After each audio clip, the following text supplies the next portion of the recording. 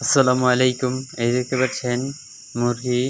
এই মুরগিগুলো আমরা নরসিংদীর পুটিয়া হাটে গিয়ে এই মুরগিগুলা দেখতে পেয়েছি।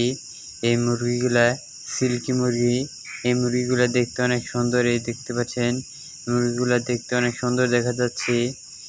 এই মুরগিগুলো অনেক সুন্দর দেখা যাচ্ছে। এগুলা অনেক সুন্দর লাগে মুরগিগুলা দেখতে। এই দেখতে পাচ্ছেন এখানে সকল প্রকার পাখি, হাঁস, মুরগি, গরু, ছাগল সব এখানে পাওয়া যায়। কবুতর সব পাওয়া যায় এখানে। এই দেখতে পাচ্ছেন কি সুন্দর মুরগি। এটা ব্রাহ্মা মুরগি। আমি চিনি না, হয়তো এটা ব্রাহ্মা মুরগি হবে। আমার কাছে মনে হচ্ছে এটা ব্রাহ্মা মুরগি। এখানে এই দেখতে পাচ্ছেন ফার্মি মুরগিও আছে। এই হাটটা দেখার জন্য আমরা গিয়েছিলাম।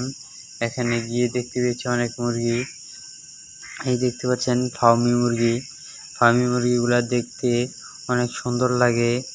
মুরগিগুলা অনেক দিন ডিমও পারে, টানা 6 মাস ডিম পারে। 6 মাস না, টানা 18 মাস ডিম পারে। কোটসও বয় না, দেশি মুরগির মতন। এই যে এই পাশ দিয়ে আবার অনেক হাঁসও আছে। হাঁসের বাচ্চা, মুরগির বাচ্চা, বড় হাঁস, বড় মুরগি। এই পুটিয়া হাটে সবই পাওয়া যায়।